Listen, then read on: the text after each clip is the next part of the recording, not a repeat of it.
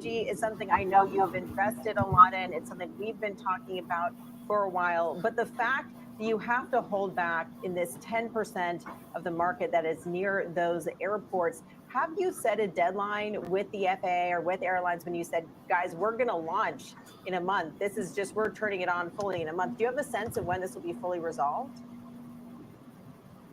So first of all, we have done this voluntary because we also believe it's important that all these airlines.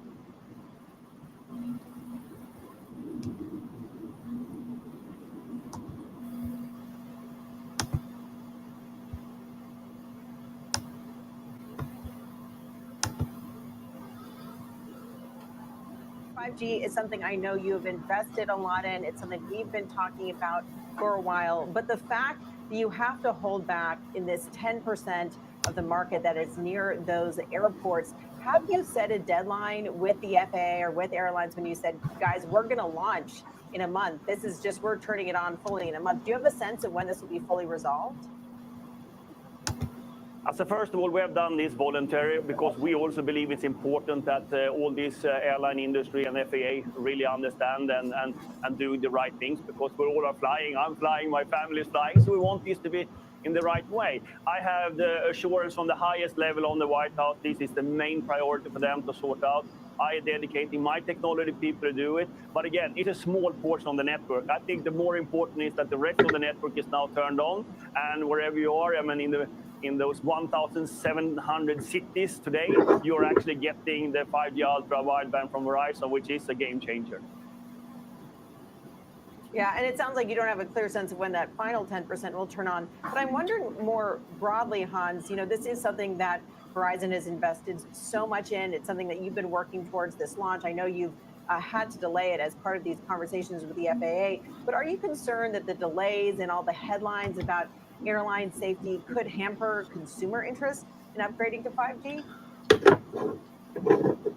No, I think that the consumers hopefully understand that we're taking this extremely seriously, and that's why we have delayed our launch, and that's why we not power up some of the few radio base stations close to the airports today. So I think that the consumers should understand that we are taking this equally serious as anyone. And as I said, I mean, we're all are flying, and we want to see that the authorities on that side feel really safe about this. But remember, these frequencies are used in more than 40 countries where aircraft are landing every day today. So it's a matter of time just to work this through. Hey, Hans, it's Becky. You know, we heard earlier today from a former airline CEO who was just saying that part of the reason, because I was confused by that, we've heard about that, how this has been rolled out in other countries and there hasn't been a problem. He was saying that the technology is a little different, that it's stronger, that it's on a slightly different part of the bandwidth. Couple of questions. Is this a question of time, or is this a question of technology? Is it going to be just a matter of time and sure everything's okay because there's not these technological problems? And second of all, do you want your money back from the FCC? What did you guys spend, like $45 billion on this spectrum? So first of all, I mean, it's time. I mean, technology, I mean, it's the same frequencies all around the place. And of course, the experts need to discuss this rather than people like me that are doing this check between the frequencies. But remember, before this spectrum was auctioned, it was enormous work to review and do analysis of this spectrum. So it's not like this hasn't been done before. So that's one. When it comes to getting money back from the government, that's nothing we haven't been discussing at the moment. We have a good collaboration with all the involved parties, including the White House, to see that this is cleared out. So I have very high hopes that this is not going to be an issue for a long time. Hey, Hans, you personally, how would you feel about... Hey. How are you? It's Andrew. How would you feel personally about flying an airplane near one of these towers right now? Very good. And what do you tell your friends in the airline business? No, we as said, we have our collaboration. We have different type of speeds on how we're reviewing technology, and they are a big industry. There are many people that need to do it, so we just need to take the time so they feel good about the technology and all of that, and that's happening. And of course, FCC is involved and FAA is involved, and all my technicians are involved because that's where the discussion is happening. So that's what's happening, and the collaboration is good. But can you go 30,000 feet for us, not to use an airline phrase, and explain how we even got here, given what seemed to you'd think everybody would have known for as long as we have, and here we are in this sort of very unusual spot. It's a great question, but I don't think you should ask me. I think you should ask.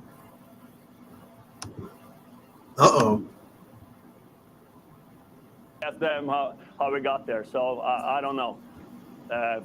For us, I think we have done everything right. We bought the spectrum. There's been extensive research on the spectrum. But you must have a view. You must have a view of what's happened inside the FAA and inside these airlines. You were in. By the way, the cell phone business was in a big battle for years with airlines and FAA over whether you could even use your phone while the plane was taxiing, if you remember. Yeah, I remember that. No, it's not for me to have any opinions about things that I don't really exactly know what's happening. So I'll leave that to the ones on that side to respond to that question. It's a good question.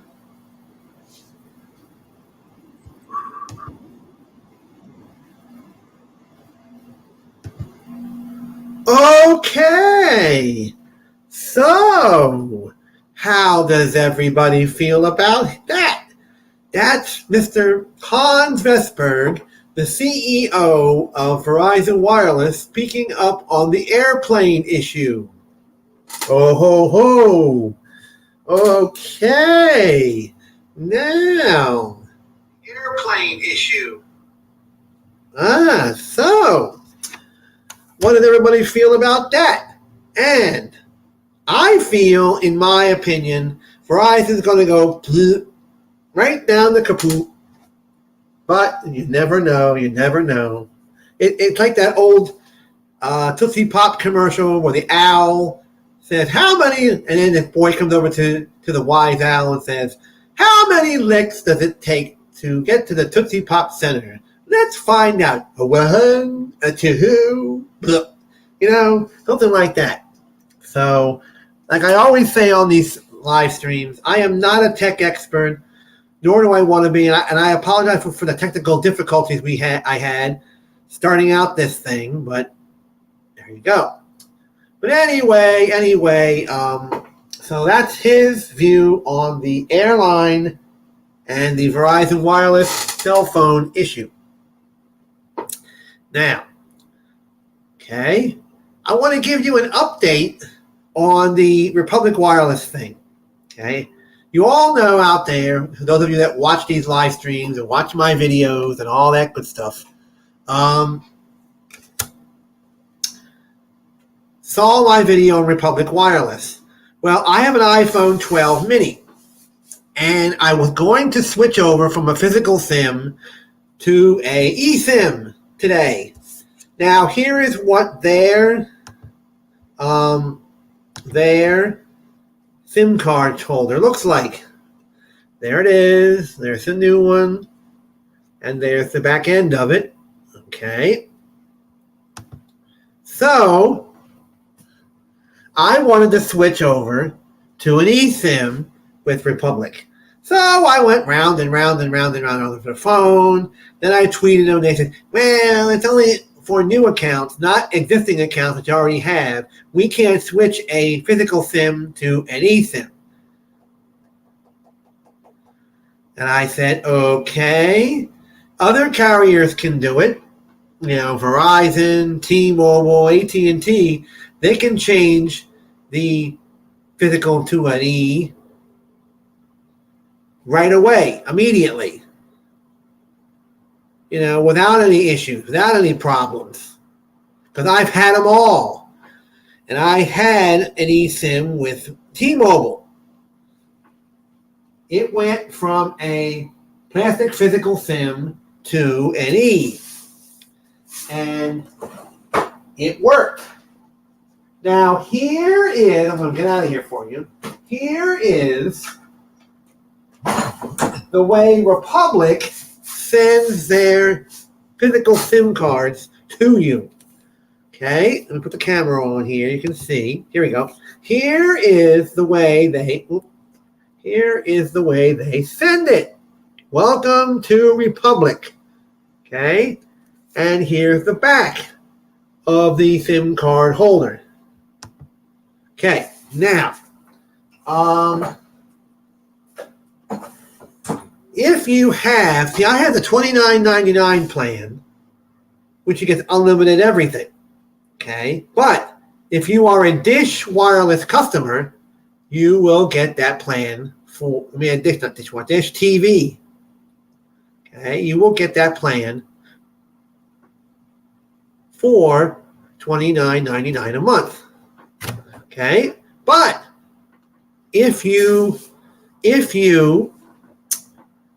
do not have Dish TV, then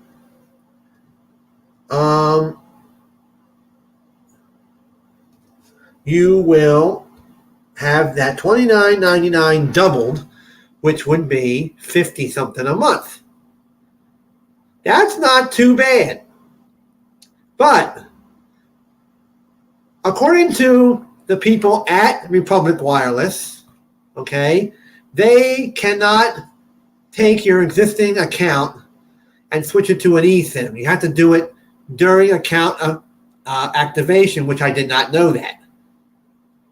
So there goes an eSIM on Republic.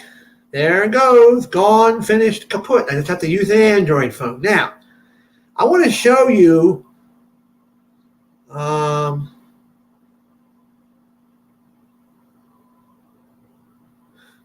get that next time.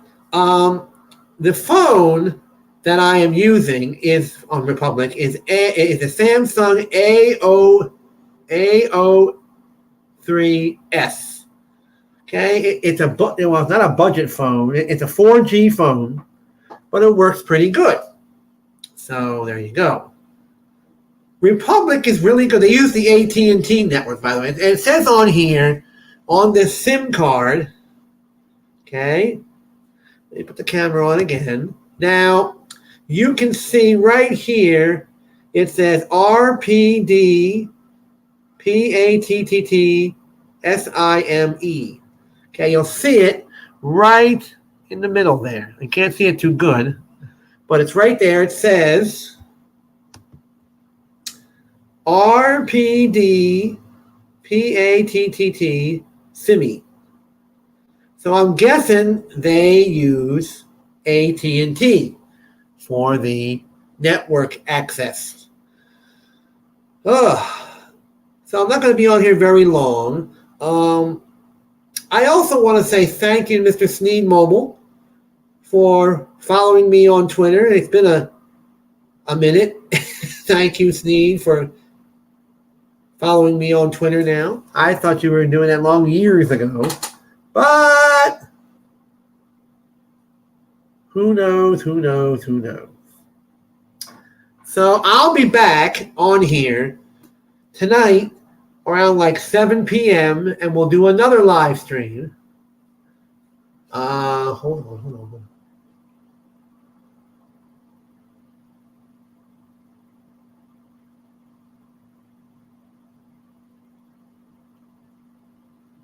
Okay.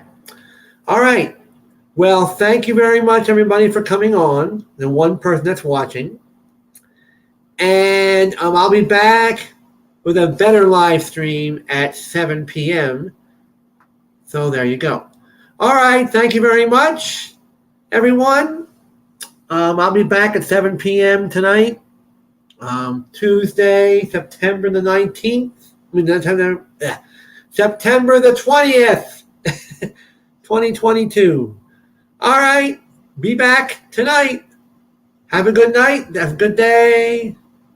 Daydream believer and Okay. Goodbye. We'll see you at 7.